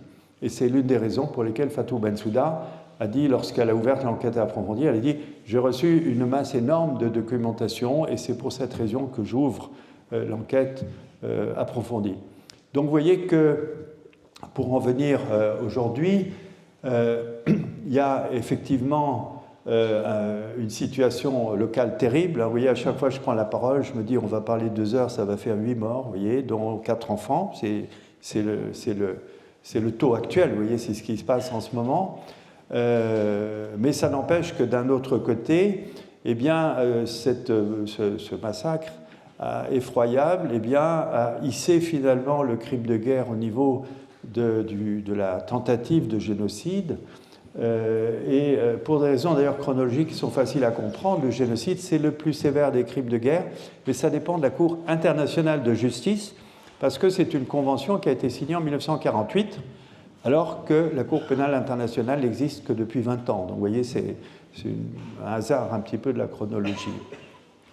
Et donc là, eh bien, là aussi, on a vu la concrétisation de tous ces efforts qui ont été faits en matière de politique étrangère, puisque la Cour internationale de justice, elle règle les problèmes entre États. En particulier, elle devrait être là pour régler les problèmes de discussion de frontières. Vous voyez, si la Russie et l'Ukraine avaient saisi la Cour internationale de justice depuis 15 ans, depuis l'affaire de la Crimée, on peut penser qu'il y aurait eu un bon travail qui serait fait. Mais bon, nous ne sommes pas encore assez adultes pour que ces outils non violents et indépendants soient vraiment pleinement utilisés, c'est dommage. Mais en tout cas, c'est les différends entre États. Et quand un État, et ils sont nombreux, 140 et des poussières, avoir signé la Convention sur la prévention du génocide, eh bien, ils sont 140 à avoir signé, ils se sont engagés. Et lorsqu'un État saisit contre un autre État, ça veut veut pas dire je suis en guerre. Vous voyez, l'Afrique du Sud n'est pas en guerre avec Israël, mais nous avons un différend, c'est la formule, nous avons un différend sur l'interprétation de cette convention, et donc nous demandons à la Cour internationale de justice de régler notre différend avec l'État israélien. Et donc, ce n'est pas un hasard si c'est l'Afrique du Sud qui l'a fait, et ils l'ont fait avec des avocats et une plaidoirie fantastique où il n'y a pas une ligne de droit à retirer, et c'est quelque chose d'extrêmement puissant. Et la Cour internationale de justice a pris la décision de justice la plus haute qu'elle pouvait. Elle ne pouvait pas dire il y a un génocide. C'est un peu comme un référé en justice. Un référé, c'est en urgence, on demande à un juge de prendre une décision pour arrêter quelque chose de grave qui est en train de se passer. Donc le niveau du recueil de preuves n'est pas très élevé. On n'a pas besoin d'avoir des preuves indiscutables, etc. Il suffit qu'il y ait suffisamment d'éléments concordants. Et là, ils y étaient quasiment tous, notamment les déclarations génocidaires. Et donc, ils ont décidé de mesures provisoires, c'est-à-dire qu'ils ont exigé qu'Israël entreprenne un certain nombre de dispositions pour mettre un terme. Première décision. Un mois après, il y avait le contrôle. Après un mois, Israël n'avait rien fait. Deuxième décision. Et puis, il y a une troisième décision même, c'est quand le petit Nicaragua a décidé qu'il n'avait pas le même avis sur l'application de la Convention que l'Allemagne, qui continue à approvisionner en armes. Donc c'est ce tout petit Nicaragua qui a mis en cause l'Allemagne, vous voyez. Et dans le mémoire de la Cour internationale de justice, alors ils n'ont pas dézingué, excusez-moi l'expression, l'Allemagne parce que la plaidoirie, le mémoire n'était pas assez fourni en termes de preuves, etc. Donc je passe sur les détails. Ce n'est pas toujours la décision finale qui est importante, c'est le mémoire qui le soutient. Et dans le mémoire qui a soutenu le rejet par la Cour internationale de justice, eh bien, il y avait une troisième déclaration successive disant qu'un génocide était probablement en cours. Donc il n'y a pas une, mais trois décisions déjà de la Cour internationale de justice sur ce thème. Donc vous voyez que là, un outil qui était dormant, heureusement, on peut dire depuis des dizaines et des dizaines d'années, s'est révélé extrêmement utile, à tel point que tous les pays qui sont complices de ce génocide, comme l'Allemagne, comme la France, comme les États-Unis, eh bien, ont commencé, peut-être pas aux États-Unis, mais en tout cas au moins en France, ont commencé à se poser des questions sur cet appui que nous continuons à apporter. Et rien que ça, c'est une chose importante. On ne peut pas négliger l'effet psychologique sur les exécutifs de ce genre de décision de justice. Dans le même temps, et c'est tout à fait le hasard du calendrier, encore il y a des hasards qui font bien les choses, eh bien, la Cour internationale de justice, déjà, elle avait pris une décision en 2004 sur l'affaire du mur. Vous savez, on avait demandé à la Cour internationale si le mur était légal, et après 2 ans, elle avait répondu que le mur était illégal. Et beaucoup avaient dit, vous voyez, ça ne sert à rien, ça fait 20 ans et ça n'a rien changé. C'est tout à fait faux, parce que dans les attendus de l'arrêté de 2004, eh bien, la Cour internationale de justice a décrété que Israël ne pouvait pas arguer de la légitime défense pour réaliser des opérations militaires en dehors de son territoire, à l'intérieur de la Cisjordanie. Et donc ça a été jugé. Et il a été assez frappant pour les juristes attentifs, que je ne suis pas, mais qui m'expliquent, eh bien que pour l'affaire justement du génocide, eh bien Israël n'a quasiment pas invoqué la légitime défense, parce que c'est en dehors du territoire israélien, même les plus fantasmés, et ça a déjà été jugé, et par la même cour. Vous voyez, donc ça y est, il y a une étape qui a été franchie. Donc c'est cette chose dont il faut vraiment s'imprégner, c'est que la justice, c'est comme la médecine, quand il y a une étape qui est franchie et qu'elle est solide, on peut passer à la suivante, et donc on a une chronologie, vous voyez, vous avez 2009, première plainte depuis Gaza à la cour pénale, vous avez 2014, la plainte de Salim al-Sakka, le ministre de la Justice de l'autorité palestinienne. 2015, l'autorité palestinienne a décidé d'adhérer, et il faut lui être reconnaissant parce que ça a été un appui formidable. 2021, ouverture d'une enquête approfondie, et malheureusement, il a fallu attendre 2024 pour que des mandats d'arrêt soient lancés, alors qu'ils auraient pu être faits sur le dossier de l'annexion de Jérusalem, par exemple, qu'avait indiqué Fatou Bensouda, mais ça n'a pas été fait. Ça n'empêche que, vous voyez, que toute cette chronologie va dans un sens. Et si vous observez ce que j'ai fait dans le petit bouquin bleu qui est là, et qui a été publié il y a 4 ans, vous voyez, et qui s'appelle « Les dirigeants israéliens devant la Cour pénale internationale ». Beaucoup de gens se sont moqués en me disant « Toi, tu es un petit chirurgien, etc., et tu mets les dirigeants israéliens devant la Cour pénale internationale ». Ben, ça n'empêche que toutes ces étapes, jusqu'à il y a 4 ans, sont mentionnées et sont marquées comme des étapes qui vont vers un objectif qui est inéluctable. Et effectivement, eh bien, heureusement, depuis quelques jours, c'est la réalité. Donc, il faut, même si on désespère de nos politiques occidentaux et de la force des armes, eh bien, il faut rester optimiste, au moins sur la question du droit qui progresse. Alors, vous allez me dire, oui, mais les mandats d'arrêt, alors ça, en 2 mots, on peut dire ce qui va se passer. Les mandats d'arrêt, c'est la Cour qui va aller. Donc, le procureur demande à la Cour. Alors, est-ce que la Cour, les juges vont décider de supprimer tous ces mandats d'arrêt? Il n'y a aucune chance. On a de bonnes raisons de penser que Karim Khan s'était pratiquement juré à lui-même que tant qu'il serait procureur, il n'y aurait pas de mandat d'arrêt contre des dirigeants israéliens. Le poids était trop lourd à porter, les pressions, etc. Bon, on lui prête ce sentiment, je ne suis pas le seul. Ça n'empêche que les bons avocats, et j'en connais, me disaient de toute façon, il va être obligé, parce que la pression juridique va être telle que c'est des mandats d'arrêt ou plus de cour pénale internationale. C'est des mandats d'arrêt où l'anarchie la plus complète sur la planète, n'importe quel dictateur va entreprendre de génocider une population dont il n'a pas envie de voir, et il va être obligé. Effectivement, c'est ce qui s'est passé. Et je suis très admiratif de Gilles Devers en particulier, qui est mon maître, parce qu'il n'a, certes, entre nous, il critiquait le procureur, mais il n'a jamais officiellement émis la moindre critique contre le procureur. Et au contraire, il a défendu en expliquant, en donnant des arguments qu'on peut entendre. Les moyens de la Cour pénale internationale sont extrêmement limités. Les personnes qui s'occupent de la Palestine à la Cour pénale internationale, c'est 3 personnes, vous voyez.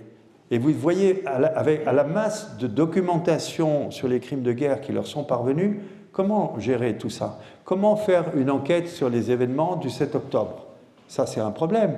Lorsque la Cour pénale, comme dans beaucoup de textes juridiques, il y a une formule qui dit « on ne fait rien parce que ça ne sera pas dans l'intérêt de la justice ». C'est une formule un peu générale qui est un peu bizarre. Ça veut dire tout simplement on est incapable d'imaginer de pouvoir faire une enquête et d'aboutir au moindre résultat. Donc, ne perdons pas de temps et d'argent. C'est quelque chose qui est compréhensible, si vous voulez. Et c'était un petit peu l'attitude à la Cour pénale internationale, mais elle a été forcée par la force des événements, la puissance des événements, de suivre. Alors, si jamais vous rencontrez des élus, ce qu'il faudrait, c'est que des pays fassent un petit peu ce qu'ils ont fait comme dans l'affaire ukrainienne, c'est-à-dire qu'ils abondent des budgets à la Cour pénale internationale sur le dossier palestinien. Quand j'en ai parlé à la charmante, enfin je ne dis pas charmante, je retire le mot charmante parce que ça fait sexiste, alors non. Donc, ce que je veux dire, c'est qu'elle n'était pas agressive, elle n'était pas idiote, c'est une ambassadrice, elle a fait beaucoup d'études, elle a séjourné au Proche-Orient, on dit qu'elle parle arabe alors qu'elle est née en Bretagne, donc vous voyez, c'est quelqu'un qui était bien sous tout rapport, a priori. Mais en pratique, dans l'entrevue que j'ai eue avec elle, qui a duré longtemps, qui a duré 1h30, elle s'est présentée fonctionnellement comme la porte-parole du président. Et c'est-à-dire qu'elle a dit des choses qui étaient atterrantes, et surtout choquante dans la bouche de quelqu'un qui est censé et qui réellement connaît sûrement bien la situation. Vous voyez, pour vous résumer en une phrase, alors je lui disais, vous savez, ce que vous faites déjà, vous allez prolonger la guerre, parce que si vous ne donnez pas des conseils différents au président, il va continuer dans cette ligne, et la guerre va se prolonger, c'est dommage. Je lui ai dit, il faudrait aussi que vous leviez un peu le pied, que le président devrait lever un peu le pied sur ceux qui soutiennent la Palestine, parce que vous voyez, aller délivrer, faire des amendes, interdire toutes les manifestations, ça contribue à énerver beaucoup de gens, et un beau jour, il y a un imbécile qui va faire une énorme bêtise, et ça va s'ajouter encore au dossier, vous voyez. Je vois qu'il y a beaucoup de jeunes ici, soit dit en passant, les avocats vous demandent surtout ne postez pas sur Internet des trucs qui peuvent être pris pour cible. Vous voyez, ça n'a aucun intérêt, vous n'allez pas sauver la Palestine en postant un truc, et par contre, ça va vous attirer des ennuis juridiques, c'est du temps d'avocat, c'est de l'argent perdu, soit par vous, soit par les avocats. Je vous regarde comme ça, je suis désolé, mais bon, il faut, disent les avocats, il faut se mettre en attaque, il ne faut pas se mettre en défense, vous voyez, bon. Et en ce qui concerne la suite, la fin de cette entrevue, c'était absolument hallucinant. À la fin, la conseillère nous a dit la France fait de gros efforts pour la rédaction d'une résolution du Conseil de sécurité dont le contenu serait à la fois acceptable par les Israéliens et par les Américains. Voilà, tout est dit là-dedans, et à aucun moment il n'a été question de faire des élections pour demander aux Palestiniens ce qu'ils en pensaient. À aucun moment. Donc je ne veux pas dire que j'étais déçu, mais enfin, j'étais quand même déçu qu'elle n'ait pas parlé en technicienne, mais uniquement en porte-parole d'une cause absolument indéfendable. Voilà pour la question du droit, la question de l'avenir. Et puis écoutez, maintenant, j'écoute avec volontiers vos questions, vos observations. Merci.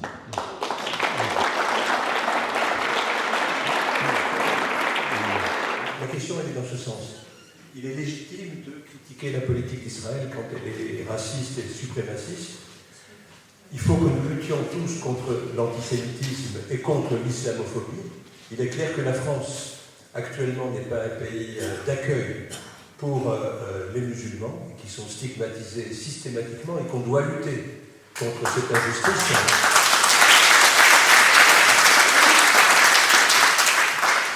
Ma question, c'est du côté de d'autres pays arabes dont on attendrait le soutien, qui ne vient pas systématiquement, parfois au contraire. D'accord. Oui, concernant la dernière réflexion que tu as faite, moi j'ai des amis proches qui se sont expatriés, hein, des gens extrêmement diplômés et tout ça, qui ont quitté le pays, et ils font partie d'un livre que je n'ai pas encore eu le temps de lire, mais qui me tente beaucoup, qui est ce fameux livre dont on parle beaucoup, qui s'appelle... voilà, La France, tu l'aimes et tu la quittes. J'avais eu l'idée de faire un bouquin là-dessus, mais il y a des vrais chercheurs qui ont fait un vrai travail avec une centaine d'entretiens, ce que j'aurais été incapable de faire. Et je salue ce livre. La question des pays arabes, les pays arabes, évidemment, il y a un abîme entre les exécutifs des pays arabes et les populations arabes. Hein, on le sait, c'est un secret pour personne. Les populations sont absolument inchangées, elles sont parfaitement informées comme tout le monde peut l'être, elles sont à la source de l'information avec les sources arabisantes, mais en même temps, elles ont, malgré le fait que ces populations sont tenues par des régimes autoritaires ou par d'authentiques dictatures, les régimes autoritaires, même les authentiques dictatures, écoutent un tout petit peu le bruit de la rue. Il y a une puissance qui peut monter. On a des affidés autour, mais pour contrôler tout le monde, il y a un moment donné où il faut savoir lâcher du lest. Et il y a des exemples dans l'histoire du conflit israélo-palestinien. Par exemple, il y a l'épisode, par exemple, quand Khaled Meshal, dont on parlait, a fait l'objet d'une tentative d'assassinat par le Mossad. Il était en Jordanie, la Jordanie avait signé le traité de paix avec Israël, et le roi Hussein était absolument furieux que les Israéliens osent faire un assassinat chez lui, alors que, voilà, il estimait, c'est pas le cas de la France, quand le Mossad faisait des assassinats en France, la France n'a jamais protesté. Là, le roi Hussein, il avait fait plus que protester, et il avait même menacé Netanyahou, à l'époque, c'était déjà lui, et le président américain, de dénoncer l'accord de paix avec Israël. Alors, c'est là où les gens, les vrais analystes disent, mais il avait des élections, même si elles ne sont pas toujours très, très fiables, il y avait des élections qui étaient prévues en Jordanie à ce moment-là, le roi Hussein n'était pas sûr de gagner, tatati, ça n'empêche que des dirigeants qui lâchent du lest en direction du peuple quand le peuple c'est quand même quelque chose de bien. Et pour cette raison, très naïvement, mais je suis très naïf, tant pis, c'est comme ça, mais après le 7 octobre, au moment où le roi Abdallah a commencé à ouvrir la bouche, je me suis dit, ah ben là, il y a un coup à faire, entre guillemets. S'il avait fait la même chose que son père, s'il avait dit, je vais dénoncer l'accord de paix avec Israël, jamais les Américains n'auraient accepté. Ça aurait été un poids. Là aussi, il est passé à côté de l'histoire. Dans un autre pays encore moins sympathique qu'est l'Arabie saoudite, bah, c'est cette énorme banque de l'Occident et sa richesse. Eh bien, il y a quand même 20 millions de Saoudiens qui sont éduqués, alphabétisés, et l'avenir de leur royauté en Jordanie, elle tient aussi à lâcher du lest.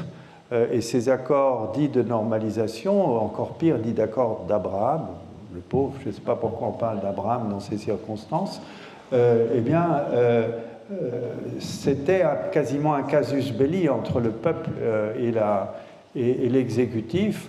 Et donc, il a lâché du lest sur ce plan, et c'est une bonne chose. Il n'a pas utilisé l'arme du pétrole, mais ça n'empêche que...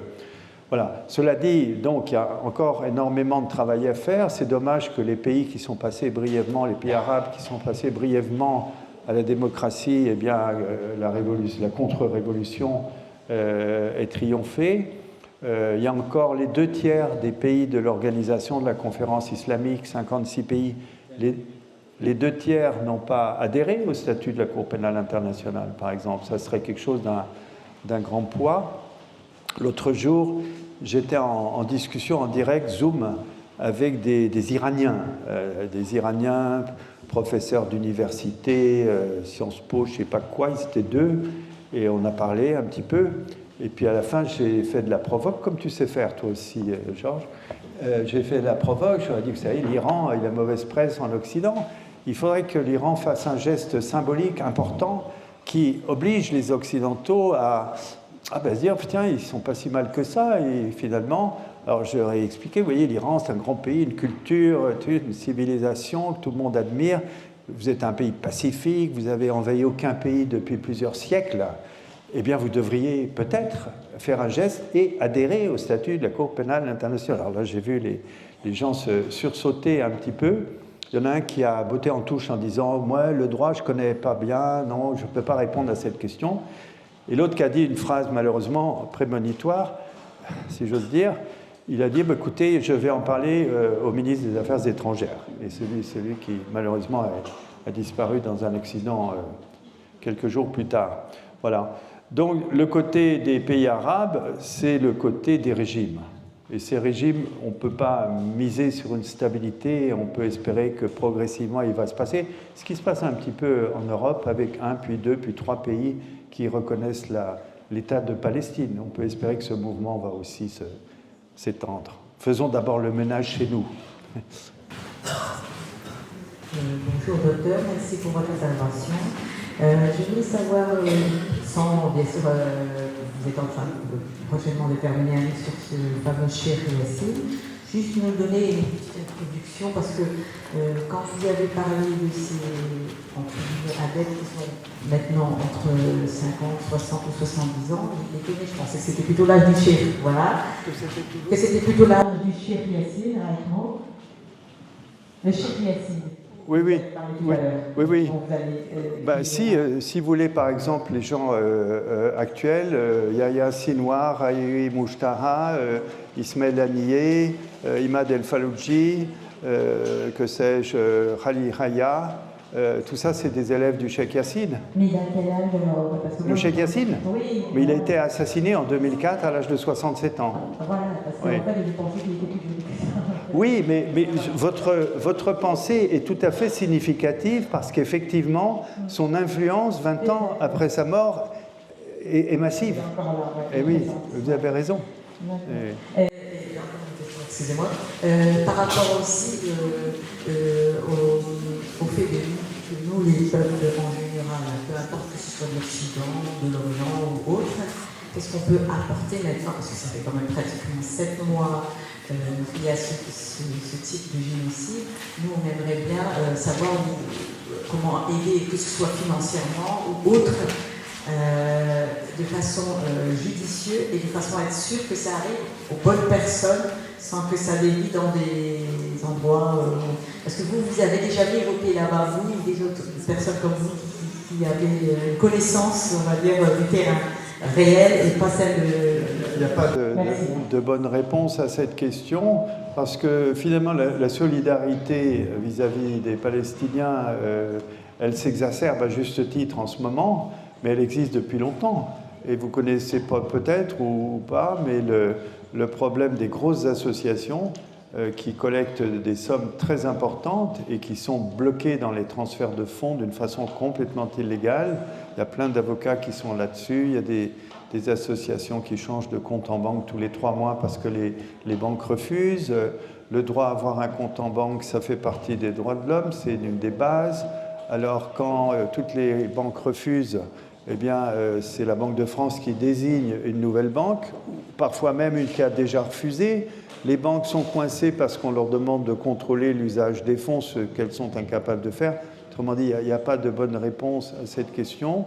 Moi, je crois que dans l'immédiat, là, je vais plaider pour Palmette, par exemple. Vous voyez, voilà, ils rémunèrent un certain nombre de soignants palestiniens, ils envoient du matériel, même si c'est toujours difficile de gérer dans de telles situations, c'est un travail utile. Mais ce que je conseille surtout, c'est de garder des fonds pour plus tard, vous voyez. Parce que imaginez qu'il y ait un exécutif à Gaza élu qui soit accepté par la communauté internationale, alors là, ça y est, c'est l'ouverture.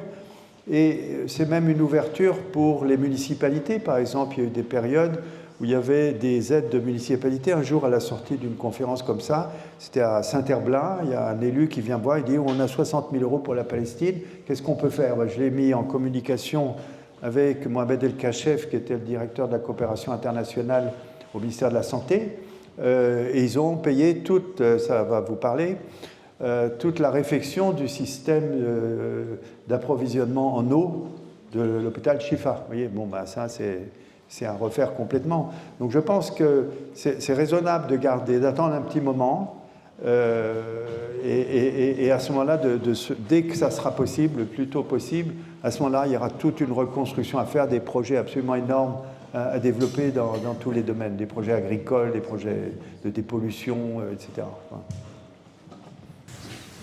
Bonjour, merci Dr Bernard pour cette intervention. Je voudrais juste rebondir sur ce qu'il a dit Georges par rapport aux pays arabes. Donc je dis ce qu'il a dit 6 mois par rapport aux pays arabes. Il leur demande la neutralité dans ce conflit, ne pas intervenir, parce que s'ils interviennent, ils interviendront négativement. Parce que Hamas, c'est une menace aussi pour l'entité sioniste que pour des régimes arabes. Donc, oui, j'ai oublié de le dire, mais vous avez tout à fait raison. Ils ont la trouille de la petite bande de Gaza, l'Égypte, et c'est peut-être pour ça d'ailleurs que Sisi, qui est vraiment un type horrible et qui a fait des horreurs, a pris quand même des dispositions récentes à laquelle on ne s'attendait peut-être pas. C'est vrai ce que vous dites, hein. Donc voilà aussi, par exemple, je reviens sur certains pays qui ont normalisé avec l'entité sioniste gratuitement, parfois sur les pertes de leur sécurité, comme ça s'est passé dans certains pays. Et l'Arabie Saoudite qui tente aussi de normaliser gratuitement aussi. C'est moi, il a bien raison de dire laissez-nous, restez neutres dans cette affaire. Si on gagne, c'est votre victoire. Si on perd, vous vous êtes débarrassé de nous. Voilà, merci.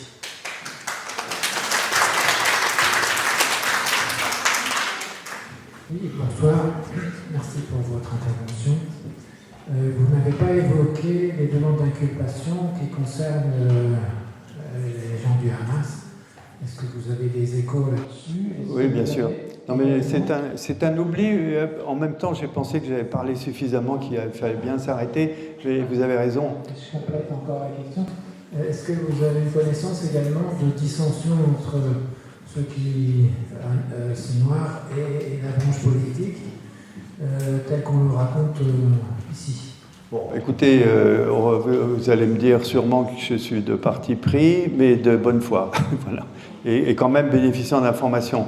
Non, il n'y a pas de il y a des discussions et il y a des décisions. Vous verrez comment s'est créé le Hamas. Il y avait tant de personnes pour, tant de personnes contre. Ils ont décidé de passer au moment de la première intifada à l'action.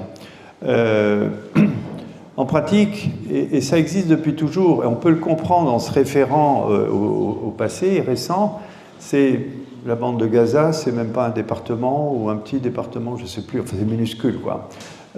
Et donc, résister contre l'extérieur, maintenir la sécurité, faire tout fonctionner toutes choses, il y a des méthodes, si vous voulez.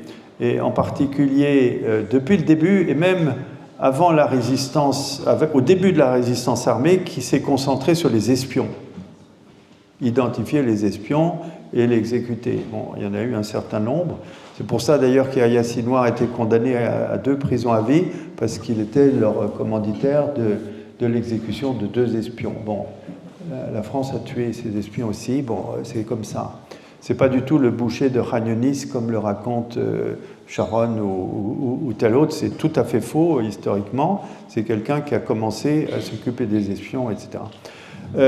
D'une façon générale et depuis le début, et le cheikh Yassine le raconte très bien dans ses interviews, eh bien, quand on a créé la branche armée, il y avait une coupure entre les deux pour ne pas tomber. Si vous voulez, une personne en connaît 2, qui en connaît 2, qui en connaît 2, mais la chaîne est connue de personnes, si vous voulez.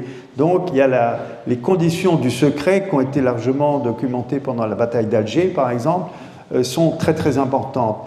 Et c'est la branche politique qui décide de quelque chose. Une fois que la décision est prise, c'est transmis à la branche armée, et la branche armée décide du jour, de l'heure, des moyens, etc. Et la branche politique n'en sait rien. Il y a toutes les raisons de penser que le 6 octobre, la branche politique ne savait pas que c'était pour le lendemain. Et quand certains disent que les Israéliens étaient au courant, il ne faut quand même pas se moquer du monde. S'ils étaient au courant, ils n'auraient peut-être pas autorisé la tenue d'une rave-party, voire même sa prolongation au-delà de la période prévue. Parce que le véritable drame, le plus important drame du 7 octobre, c'est la rave-party. Vous voyez, hein, personne ne savait que ça avait lieu, et ça a été une catastrophe. Il faudra bien connaître les responsables, mais en tant que cas, c'est une catastrophe. Voilà. Donc, dissension, je n'y crois pas. Il y a des décisions qui sont prises. Vous verrez dans le bouquin sur le cheikh Yassine, qui n'est pas là, eh bien que pour certaines décisions, il y a des qui étaient pour, des qui étaient contre, et puis une fois que la décision est prise, le cheikh Yassine n'a jamais été celui qui tranche, par exemple. C'est celui qui consulte, et après il y a un consensus. Donc il fonctionne comme ça sur le mode du consensus. Alors, en ce qui concerne les mandats d'arrêt, bien entendu, il était inimaginable que le procureur ne lance des mandats d'arrêt que d'un côté. Le procureur, c'est un poste qui est assez politique. C'est un juriste, mais il doit tenir compte d'un certain nombre de choses, c'est-à-dire de faire de la politique. Et donc, comme c'est la porte d'entrée unique, ces décisions, il faut qu'elles soient relativement acceptées. Voilà. Et c'est pas lui qui va lancer les mandats d'arrêt, il demande à la Cour de le faire. Donc il se protège d'une certaine façon. Mais par contre, il a décidé de demander des mandats d'arrêt d'un côté et de l'autre, ce qui ne veut absolument pas dire qu'il mesure à la même aune un côté ou l'autre. Il y a un oppresseur, un opprimé. Fatou Bensouda a dit groupe palestinien, Israël, autorité palestinienne. Elle ne va pas mettre les trois au même niveau. Et d'ailleurs, c'est même prévu dans les textes de la Cour pénale internationale qu'on ne juge pas l'oppresseur et l'opprimé, le génocidaire et le génocidé de la même façon. Mais chaque crime de guerre, quel qu'il soit, commis par n'importe qui, doit être envisagé, établi et après jugé. Donc, dans un délai, dit-on, assez court, en moyenne c'est 2 mois, là on nous dit 3 semaines, ce qui est un peu surprenant parce qu'il y a quand même 5 mandats d'arrêt. On peut penser que la Cour s'était déjà préparée et va pouvoir, dans des délais raisonnables, parce que des sources disent que ça va être effectivement quelques semaines. Bon, je passe. Déjà, il va savoir, est-ce que la Cour va confirmer les 5 demandes? Bon, c'est pas sûr, c'est possible. Honnêtement, la défense, par exemple, d'Ismaïl Haniyeh est assez facile parce que c'est le dirigeant de l'ensemble, si vous voulez. Mais ça n'empêche, ce n'est pas lui qui a décidé du jour, de l'heure, des moyens. Les crimes de guerre qui ont été commis, qui seront reprochés au mouvement du Hamas, ils devront être démontrés. Donc s'il y a, de toute façon, si les 3 mandats contre les dirigeants du Hamas persistent, ce qui est tout à fait possible aussi, eh bien, ça veut dire qu'il va y avoir des dossiers, les accusations vont être précisées, et on va tenir compte des enquêtes, et c'est là où le bât blesse pour la partie israélienne, parce qu'une enquête sur ce qui s'est passé le 7 octobre, entre les destructions de preuves, entre les refus d'accepter des enquêteurs internationaux, eh ben, ça va rendre le dossier très, très squelettique. Et il ne faut pas oublier qu'il y a certainement eu des crimes de guerre le 7 octobre, mais il va falloir à l'accusation de prouver que ces crimes de guerre ont été ordonnés de manière systématique, planifiée, etc. Vous voyez ? Donc ça, faire le lien entre, par exemple, Ismaël Haniyeh et des agressions à caractère sexuel dont on a beaucoup parlé, en oubliant, d'ailleurs on en parle toujours, en oubliant qu'il y a eu quand même une enquête qui a été faite par l'ONU, par des experts professionnels indépendants de l'ONU, et que contrairement à ce qu'ont affirmé beaucoup, quand on lit l'intégralité du rapport, bien, ils expliquent, par exemple, concernant les viols, on n'a pu rencontrer aucune victime, aucun témoin, c'est quand même eux, et en plus, il n'y a eu aucun prélèvement médico-légal. Un prélèvement, on peut avoir la preuve du viol et l'identité ADN du violeur, vous voyez. Donc, à moins qu'il se soit découvert des prélèvements ADN nouveaux, on est étonné, et on est d'autant plus étonné que ce qu'on appelle les first responders, c'est-à-dire les premiers qui ont été présents sur le site des crimes de guerre. Vous savez, quand il y a un crime quelque part, première chose qu'on fait, personne ne bouge, on met des scellés, on prend des photos, on ne change rien. Bon, les first responders, ça a été une ONG complètement brinzingue, il faut bien le dire, et on le dit à juste titre, puisqu'il y a eu des déclarations absolument infâmes qui ont été faites et démenties dès le lendemain. Autrement dit, une espèce de mensonge organisé qui a été démonté immédiatement. Donc les corps ont été déplacés, il n'y a pas eu de prélèvement ADN, il y a eu des toits éventrés, enfin bref, il y a eu les premiers témoignages des Israéliens et Israéliennes qui étaient dans les tanks et dans les hélicoptères. Enfin, tout ça fait que pour chaque mort que l'on déplore, évidemment, du 7 octobre, eh bien, il va falloir s'interroger non seulement sur ce qui s'est passé, comment il est mort, mais aussi qui il était. Au début, il y a eu 200, dit-on, Palestiniens qui ont été pris pour des Israéliens, enfin que sais-je. Autrement dit, une enquête approfondie, individu par individu, est nécessaire. Et quand on voit les difficultés à lesquelles les jurys vont avoir à faire face, on peut penser, enfin les avocats pensent que la défense palestinienne sera assez facile, voyez. Mais en tout cas, quoi qu'il en soit, les dirigeants, ils l'ont dit depuis des années, je vous en ai cité des exemples, eh bien, ils sont prêts à aller à la cour pénale et à se défendre avec des avocats. Ça fait partie de la loi, quoi, qu'ils réclament. Et donc, sur les conséquences, donc ça va être des interdictions de voyager quand le mandat d'arrêt est lancé. En ce qui concerne les Israéliens, ça va être beaucoup de pays, 123, 124. En ce qui concerne les Palestiniens, la plupart des pays arabes, les 2 tiers de l'OCI ne sont pas à la cour pénale, donc ils pourront voyager à ce moment-là. Mais en tout cas, ça va peser essentiellement sur la partie israélienne, avec une espèce de chape de honte sur le pays, sur les gens qui y habitent, sur ceux qui sont en relation. Donc rien que ça, c'est un événement qui va avoir des conséquences très importantes, avant même que la justice n'ait entamé. Après, ça sera l'audience de confirmation des charges, c'est-à-dire que les gens qui sont accusés seront convoqués et pour confirmer les charges, et après l'ouverture du procès. Donc on est face à un processus qui va durer des années, mais d'ores et déjà, il a un impact considérable, c'est ça qu'il faut voir. Oui, ma question, c'était comment finir en fait avec l'impunité d'Israël. On sait que le principal soutien d'Israël, c'est les États-Unis, qui opposent systématiquement son veto au Conseil de sécurité. Et il y a une campagne qui a été mise en place d'invocation de l'article 6 en fait, de la Charte des Nations Unies, comme vous êtes très amis avec Gilles Deray, est-ce que cette piste-là, elle a une raison, enfin, elle a des chances d'aboutir? C'est-à-dire expulser en fait les États-Unis du Conseil de sécurité suite aux innombrables veto qui sont posés quand un cessez-le-feu est demandé par le Conseil de sécurité. Alors d'abord, je ne suis pas compétent pour répondre, et ce que dit Gilles d'ailleurs de manière très honnête, alors que lui il a le nez dans le guidon sur la Cour pénale internationale, c'est qu'on est face à une situation historiquement totalement inédite, et que par exemple